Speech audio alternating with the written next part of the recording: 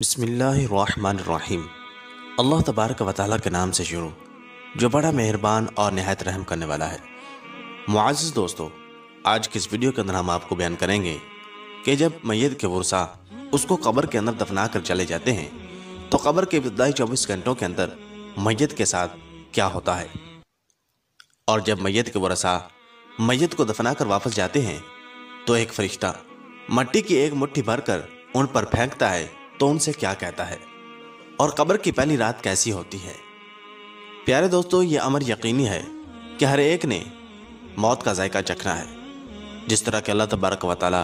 قرآن پاک میں ارشاد فرماتا ہے کل نفس ذائقۃ الموت، کہ ہر جاندار نے موت کا ذائقہ چکھنا ہے۔ جو یہاں پر آیا ہے اس نے ایک نہ ایک دن واپس ضرور جانا ہے، اور مرنے کے بعد انسان کی پہلی منزل قبر ہوتی ہے۔ ایک حدیث شریف کا مفہوم ہے کہ حضور اکرم صلی اللہ تعالی علیہ وسلم نے ارشاد فرمایا قبر انسان کی پہلی منزلوں میں سے ایک منزل ہے، اگر انسان اس میں کامیاب ہو جائے تو آگے کی منزلیں آسان ہو جاتی ہیں، اور اگر اس منزل میں پھنس جائے تو آگے کی منزلیں بھی خراب ہو جاتی ہیں۔ اور ایک حدیث شریف میں آتا ہے جس کا مفہوم کچھ اس طرح ہے کہ حضور نبی کریم صلی اللہ تعالی علیہ وسلم نے ارشاد فرمایا کہ اللہ تبارک و تعالیٰ کی طرف سے قبروں پر ایک فرشتہ معین ہے، جب میت کو دفن کیا جاتا ہے تو وہ اس کی قبر کی مٹی ہموار کرتا ہے، اور لوگ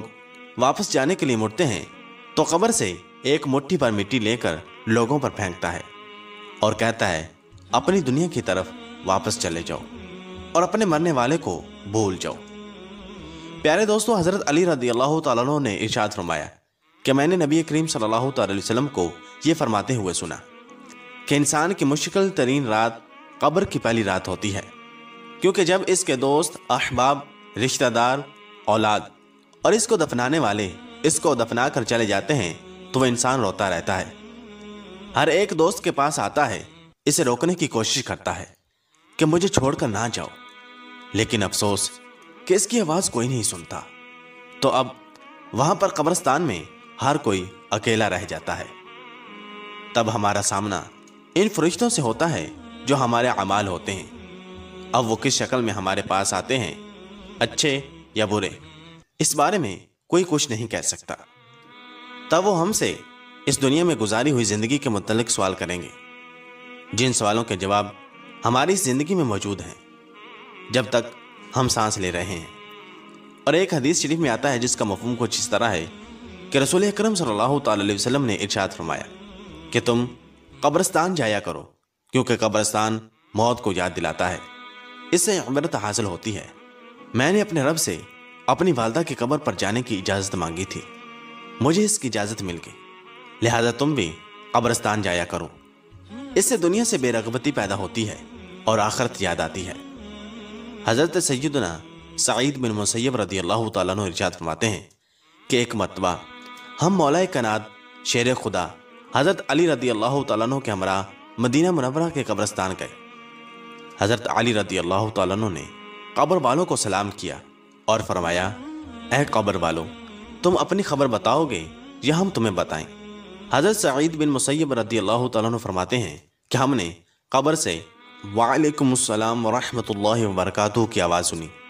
اور کوئی کہنے والا کہہ رہا تھا اے امیر المؤمنین، آپ ہی خبر دیجیے